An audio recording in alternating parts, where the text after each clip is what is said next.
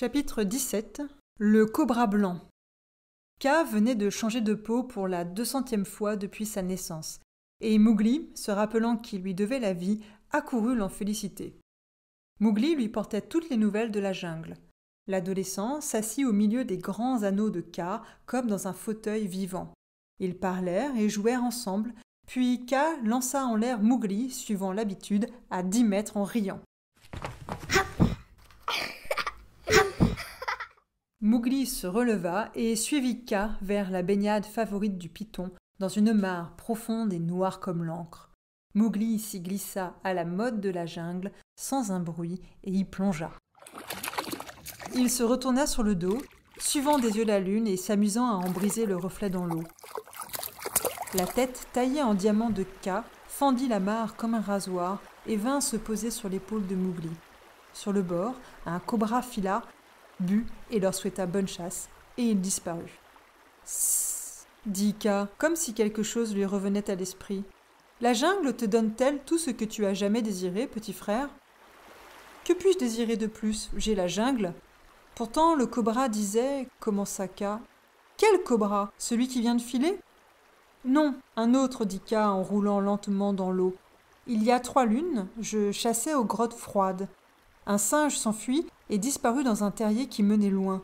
Je le suivis, puis ayant tué, je m'avançai encore sous terre. « Sous terre » s'étonna Mowgli à ce récit. « Oui, je suis tombé sur un cobra blanc. Il m'a dit qu'il avait tout ce que désirent les humains. » K lui avait alors beaucoup parlé de Mowgli. « Ce cobra est curieux de te voir, dit K à Mowgli. Il voudrait te montrer des choses pour lesquelles des hommes donneraient leur vie. »« Allons-y !» dit Mowgli en nageant vers le bord et en se roulant dans l'herbe pour se sécher. Tous deux se mirent en route pour les grottes froides. Mowgli n'avait plus peur du peuple singe, qui gardait une vive horreur de Mowgli. K ouvrit la marche vers les ruines de la cité. Au terrier qui s'enfonçait sous terre, Mowgli lança l'appel des serpents. Ensuite, K et lui rampèrent dans un passage en pente et atteignirent un vaste et profond caveau. Son toit de pierre en forme de dôme avait été disjoint par des racines d'arbres. Ainsi, des traits de lumière pénétraient en balafrant l'obscurité. Mowgli vit alors se dresser un cobra long et monstrueux, devenu d'un blanc ivoire à force de vivre dans l'obscurité. Les lunettes elles-mêmes sur le capuchon déployé avaient tourné au jaune. Ses yeux étaient aussi rouges que des rubis. « Bonne chasse » dit Mowgli, qui n'oubliait pas plus ses bonnes manières que son couteau.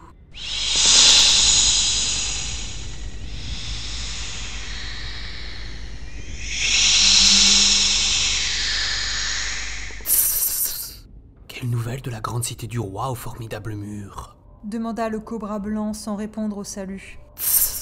Je deviens sourd ici. Je t'ai déjà dit, reprit K doucement au cobra, je t'ai dit que ta cité n'existait plus. Il n'y a que la jungle sur nos têtes, répondit Mowgli. Et qu'est-ce que c'est qu'un roi? Quel est celui-ci? Dit le cobra blanc, assis en face de moi, sans peur, qui ne connaît pas le nom du roi et qui parle notre langage. On m'appelle Mowgli. Je suis de la jungle, les loups sont mon peuple et K est mon frère. Et toi, père des cobras, qui es-tu? Je suis le gardien du trésor du roi. Kurum Raja bâtit cette voûte au-dessus de ma tête, au jour où ma peau était sombre, afin que j'enseigne la mort à ceux qui viendraient voler.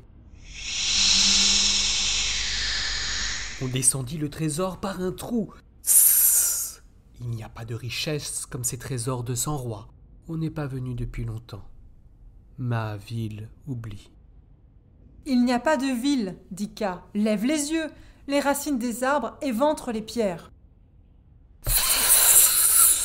Des hommes ont trouvé leur chemin jusqu'ici, répondit le cobra blanc. Ils ne disaient rien jusqu'à ce que j'arrivasse sur eux, tandis qu'ils tâtonnaient dans l'ombre. Mais vous venez avec des mensonges, tous les deux, hommes et serpents.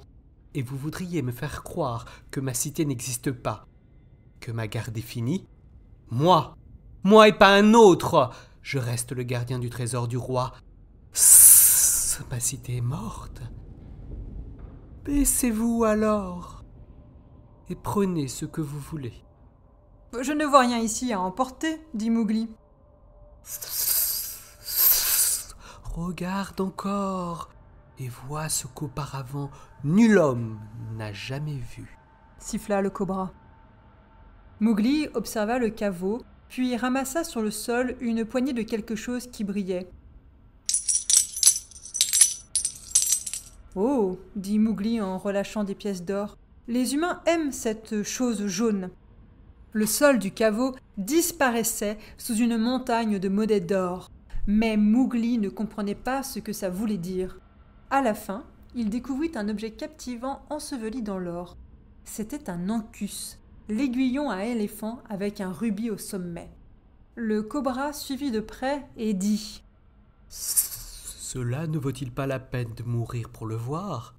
Ne t'ai-je pas fait une grande faveur? » « Non, ce sont des choses froides, en aucune manière bonnes à manger, » dit Mowgli qui ajouta en soulevant l'ancus « Je désirerais prendre ça. » Le cobra blanc frissonna d'une joie diabolique.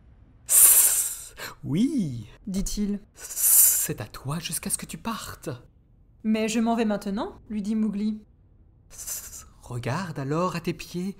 Que vois-tu » Mowgli ramassa quelque chose de blanc.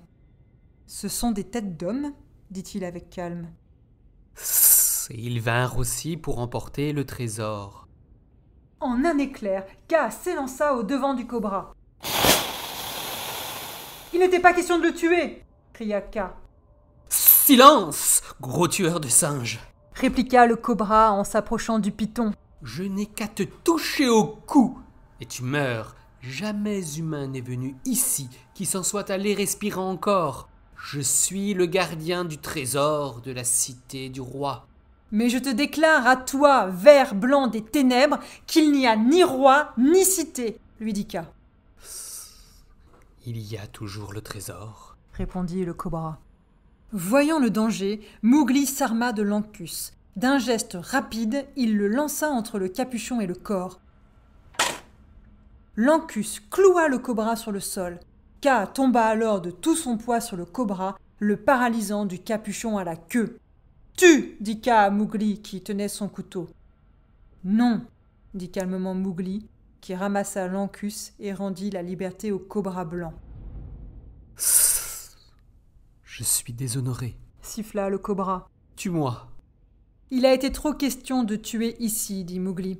Nous allons partir. Je prends la chose à pointe comme prix de ce combat et de ma victoire. »« Prends garde alors, » dit le cobra. « que cette chose ne finisse par te tuer, c'est la mort. L'ancus me vengera, c'est la mort, la mort. » Mowgli se traîna avec Kaa par le trot. Ils se retrouvèrent avec joie à la lumière du jour. Mowgli fit étinceler l'ancus au soleil en disant « C'est plus brillant que les yeux de Bagheera. Mais que voulait dire le cobra ? Que c'est la mort. »